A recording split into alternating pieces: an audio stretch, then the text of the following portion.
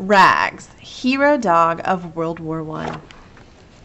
Many, many years ago, during World War I, there lived a real dog who began life in an alleyway of a Paris cafe. The dog was a shaggy mutt, a small, scrappy gutter pup who belonged to no one but the streets where he roamed. He didn't even have a name, except for the angry ones cafe owners yelled to chase him from their garbage. The stray lived by his wits alone, for he hadn't a friend in the world since the day he was born. Then one July evening, sirens blared. They warned the people of Paris to shutter windows and black out lamps so they wouldn't be seen by enemy planes. Danger filled the streets, so the dog took shelter in an empty doorway just as the night turned dark as a pocket. The mutt didn't know his life was about to change when an American soldier stumbled in the inky blackness and yipe! Stepped on his paw. The soldier lit a march and he saw a scraggly face with the two worried eyes staring at him. "Did I hurt you, pal?" asked Private James Donovan. He'd come with the U.S. Army's Fightin' First Division to help France end the war. Donovan picked up the mutt. The dog had never been held before, and he liked the feeling, until a stern military policeman appeared. "Your pass?" the policeman demanded of Donovan. "Sure, hope you're a good luck pup," Donovan whispered to the dog, because he didn't have a pass that allowed him to be out in the city at night. He had marched in a big Paris parade that day with an American battalion. Instead of returning to base, Donovan had stayed in Paris to sightsee. Now he was in trouble. "Sir, this dog is our division mascot. I ran off base to find him when he went missing. Our unit pulls out tomorrow, and our commander wouldn't be happy to leave this little guy behind." Donovan quickly made up a tale taller than the Eiffel Tower. "Dog? He looks like Dirty Rags to me," scowled the military policeman. "Yes, sir," Donovan agreed. "That's exactly how he got his name. First Division Rags. Quite the pup he is." The policeman nodded. The name sure fit. He decided to let them go.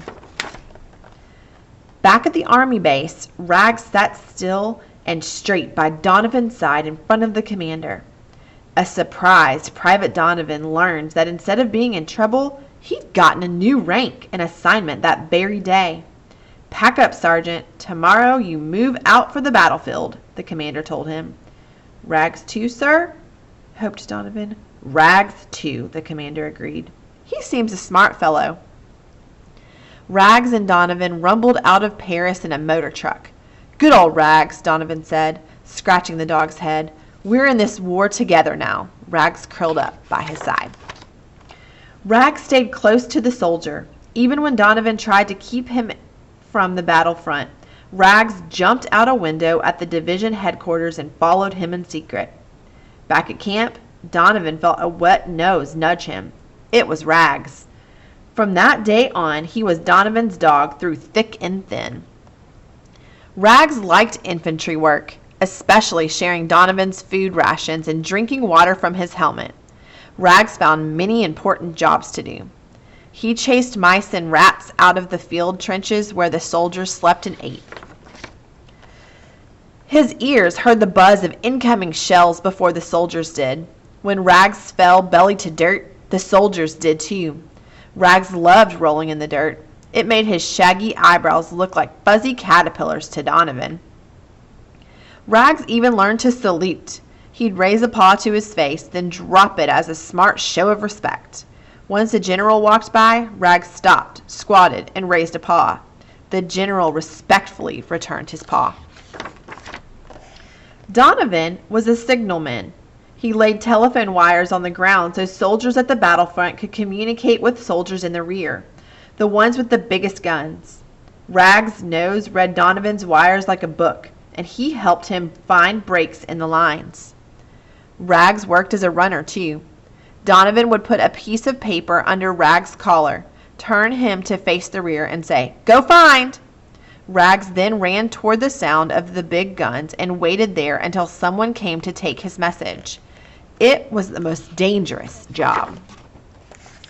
Donovan made Rags a little gas mask to protect him from the enemy's poisonous gas. Rags hated it. It blocked his nose. He couldn't smell. He'd push it off with his paws, but Donovan would put it right back on. "We don't want you going west on us, pal," he'd say, and his soldiers spoke of dying. Rags didn't understand Donovan, but his voice calmed him like a nap in the sun, so he'd keep the mask on. By late September of 1918, news about the hero mascot had spread through the 1st Division. Soldiers told how Rags had bitten an enemy's leg to defend Donovan, how he'd crawled under barbed wire to run messages, and how he never gave up, not for a minute, no matter how much the sky exploded.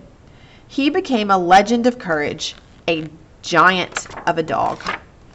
Then, one day, October 9th, 1918, a major battle began in Argonne Forest. Fog was so thick Donovan couldn't see his lines. The air was choked with poison. Men were trapped. Donovan tightened to their gas mask and tied a message on Rags. It told the rear soldiers where to fire to help the men. Donovan's mouth was tight with worry as he gave Rags the command, "Go find." Rags began the run back when a big blast hit nearby. It sprayed metal like hard rain over Rags. It cut his paws, his ear, his eye. It threw Donovan to the ground, tore off his mask. Rags' mask was gone too. He licked Donovan's face. Donovan struggled to his feet. They moved together, Donovan and Rags limping, staggering toward the rear. Another shell hit. It flipped Rags to the ground. A soldier found him and the message he carried. Wounded, Donovan was taken to a field hospital. "Rags?" he gasped as he awoke to find his dog beside him. Then loudly, the big guns began to fire. Crash! Boom! Blasted the shells from the rear to rescue the trapped men. Rags turned his face up to Donovan at the good sound he knew. "You did it, pal!" Donovan's smile broke wide over Rags. "You saved them." In the field hospital, a doctor found Rags under Donovan's blanket. He took a shell splinter from Rags' eye, sewed up his ear and foot. One ear was deaf, one eye blind. He'd limp. But Rags was alive and with his Donovan. Donovan's friend hid Rags under his coat to board the dog on a hospital ship taking Donovan to America. Base hospital staff in Chicago cared for Donovan. Rags was healed. He lived in the firehouse on base. Rags made a bed for himself under the hose cart, but spent each day with Donovan. He'd sit outside the main hospital door in the morning and wait for someone to let him in. Then he'd lay on Donovan's bed, being good medicine until he had to leave at dusk. One day in the hospital, Donovan wrapped his arms around Rags. Good old Rags. He nuzzled against his neck. Rags sensed Donovan put a "go find" message under his collar with a hug. But no paper was there. Donovan grew weak from coughing that day, so Rags licked his hand. The following morning, Rags was frantic when he couldn't find Donovan. He searched the ward bed by bed. Exhausted with worry, he went to the front door, paced. A medical officer knew Donovan was in critical care, a place for very ill soldiers. "I'll get you to him tomorrow, I promise," he told Rags. Rags left the hospital. No tail wagged. And Donovan died in the night.